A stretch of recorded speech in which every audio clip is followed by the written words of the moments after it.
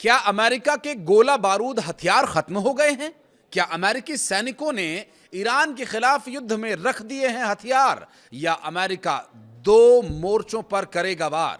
Iran के खिलाफ सैन्य कार्रवाई से आजिज आ चुका है अमेरिका, या बदल गया है युद्ध का प्लान? ईरान को आर्थिक मोर्चे पर घेरने की तैयारी, अमेरिका को हो रही परेशानी भारी, इसलिए यह बना रहा कमाई या भरपाई का प्लान। नमस्कार, मैं हूं आशीष त्रिपाठी आपके साथ। अमेरिकी प्रेसिडेंट डोनाल्ड ट्रंप ने चेतावनी दी है कि जो भी देश ईरान की मदद करेगा, उसके साथ व्यापार करेगा, उसे भारी आर्थिक सजा का सामना करना पड़ेगा। दरअसल अमेरिकी प्रेसिडेंट डोनाल्ड ट्रंप ये चाहते हैं कि ईरान को अब आर्थिक मोर्चों पर कमजोर करके उसकी घेराबंदी की जाए। क्या ऐसा संभव है? ईरान के पास दुनिया के सबसे महत्वपूर्ण पदार्थों का भंडार, वहां से निकलने वाला रास्ता जहाँ की पूरी दुनिया में पेट्रोकेमिकल्स जाते हैं, उस रास्ते पर उसका लगभग कब्जा है। तो क्या ऐसा संभव हो पाएगा? समझने की कोशिश करेंगे आगे। ट्रंप ने कहा कि वो ईरान की अर्थव्यवस्था को निशाना बनाने के लिए एक बड़ा अभियान शुरू कर रहा है। इसे किसी भी देश पर अब तक का सबसे बड़ा आर्थिक अभियान बताया गया है। अमेरिकी राष्ट्रपति ने अपने ट्रुथ सोशल प्लेटफॉर्म पर इसकी जानकारी दी। ट्रंप ने ट्रुथ सोशल प्लेटफॉर्म पर कहा कि अमेरिका ईरान के खिलाफ आर्थिक युद्ध और उसे अलग थलग करने का एक अभूतपूर्व अभियान चला रहा है। इसके साथ ही उन्होंने अमेरिकी सहयोगियों से यह अपील की है कि वे तेहरान को अंतर्राष्ट्रीय और वित्तीय व्यापारिक नेटवर्क से काटने में वॉशिंगटन का साथ दें।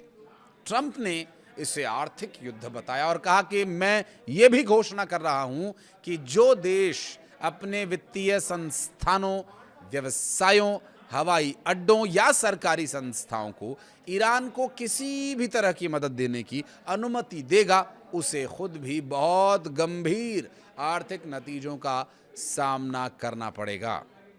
हालांकि डोनाल्ड ट्रंप ने किसी देश का नाम नहीं लिया और ना ही ये बताया कि ईरान के साथ लेन देन जारी रखने वाले सरकारों, कंपनीज या वित्तीय संस्थानों के खिलाफ अमेरिका करेगा क्या। दरअसल अब तक ओवरऑल जो नज़र आया, अमेरिका ने ग्राउंड ऑपरेशंस चलाए, अमेरिका ने हवाई हमले किए, ड्रोन्स भेजे जो नेस्तो नाबूद हो गए, और अपने 2-3 युद्धपोत भी वहाँ लगा दी जिससे कि वो स्ट्रेट ऑफ हॉर्मुज़ पर पूरी तरह से कब्जा कर सके। कुछ भी कामयाब नहीं हुआ। अमेरिका ईरान को किसी भी तरह से घुटनों पर नहीं ला पाया। हाँ, बातचीत की टेबल पर ईरान हमेशा से आने के लिए तैयार रहा, क्योंकि ईरान को अपने नागरिकों की चिंता है। ईरान को पूरी दुनिया की इस बात को लेकर चिंता है कि अब तेल गैस की आपूर्ति अगर नहीं होगी तो समस्या होगी, और इससे ईरान को भी नुकसान है। तो इसलिए ईरान इस पूरे मामले पर बहुत सकारात्मक तरीके से विचार विमर्श करता रहा, और अमेरिका के बार बार दिए जाने वाले न्योते को उसने स्वीकार किया, बातचीत की टेबल पर गए। लेकिन अमेरिका तो अमेरिका है, वो बातचीत का छद्म रूप धर करके ईरान को दबाव में लाने की कोशिश करता। पहले ईरान को बातचीत की टेबल पर बुलाता और फिर उसे झिड़कने की कोशिश करता, ईरान को अजीब अजीब नियमों और कुछ शर्तों के भीतर बांधने की कोशिश करता, जिसके लिए ईरान कभी तैयार हुआ ही नहीं, जिसकी वजह से तो युद्ध शुरू हुआ था। बहरहाल ट्रंप ने यह दावा किया है कि उनके प्रशासन ने ईरान को समझौता करने के लिए कई मौके दिए, लेकिन वो उनका फायदा उठाने में नाकाम रहा। ट्रुथ सोशल पर किए गए पोस्ट में दावा यह किया गया कि ईरान की सैन्य क्षमता बुरी तरह से कमजोर हो चुकी है। उन्होंने कहा कि ईरान की नेवी नष्ट हो चुकी है, वायुसेना बेकार हो चुकी है, सैन्य कारखाने में तब्दील हो गए हैं। उन्होंने कहा कि ईरान की अर्थव्यवस्था पर बहुत ज्यादा दबाव है, इसमें कोई शक नहीं है, लेकिन यह दबाव झेलना ईरान को बहुत अच्छे से आता है। नए कदमों से तेहरान की क्षमता और सीमित हो जाएगी, कहना है ट्रंप का। उन्होंने एक बार फिर ये कहा कि ईरान के पास कभी भी परमाणु हथियार नहीं होगा। अब आप रहने ही नहीं देंगे तो होगा कहां से? वो परमाणु हथियार बना रहे हैं, तुम्हारे पेट में दर्द हो रहा है, तुम उस पर बम मार रहे हो।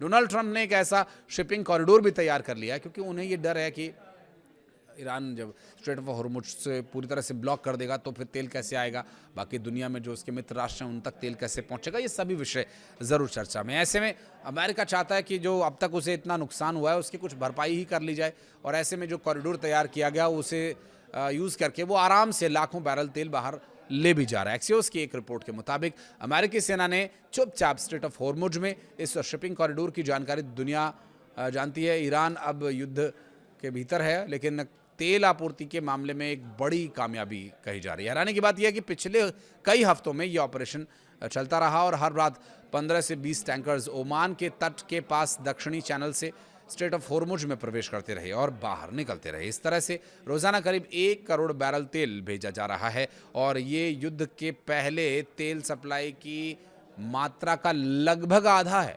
ये तेल वैश्विक बाजार में पहुंच रहा है और इससे युद्ध की सबसे बड़ी समस्या तेल की कमी, महंगाई का असर कम हो रहा है। तेल की भारी मात्रा अब भी पुराने स्तर से कम है, लेकिन वैश्विक आपूर्ति में फर्क साफ दिखाई दे रहा है।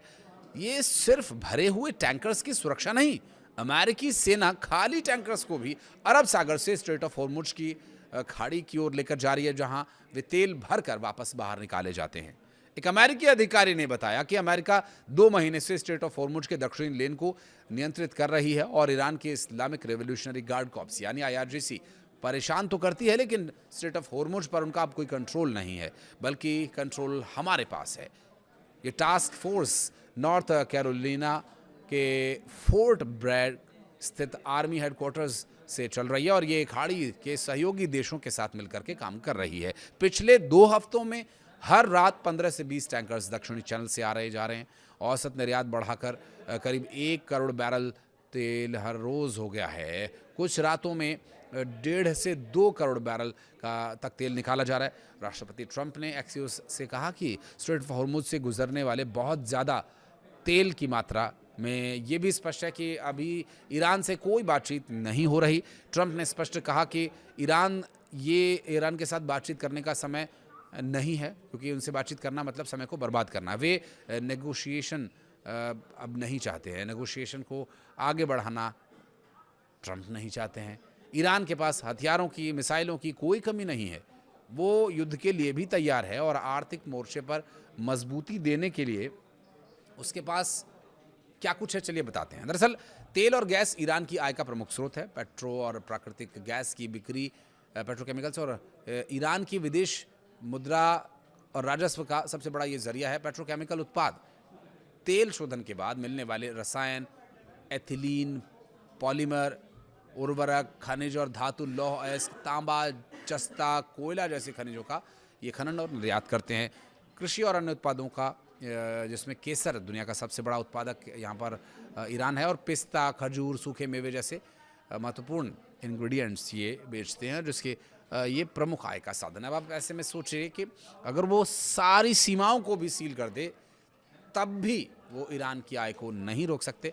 अब आर्थिक नाकेबंदियां तो देखिए काफ़ी समय से जारी हैं, उसके बाद भी सर्वाइव कर रहा है ईरान। यही है अमेरिका के लिए बहुत बड़ी टेंशन। आप कुछ कहना चाहें तो बताइएगा। वीडियो को यहाँ तक देखने के लिए धन्यवाद।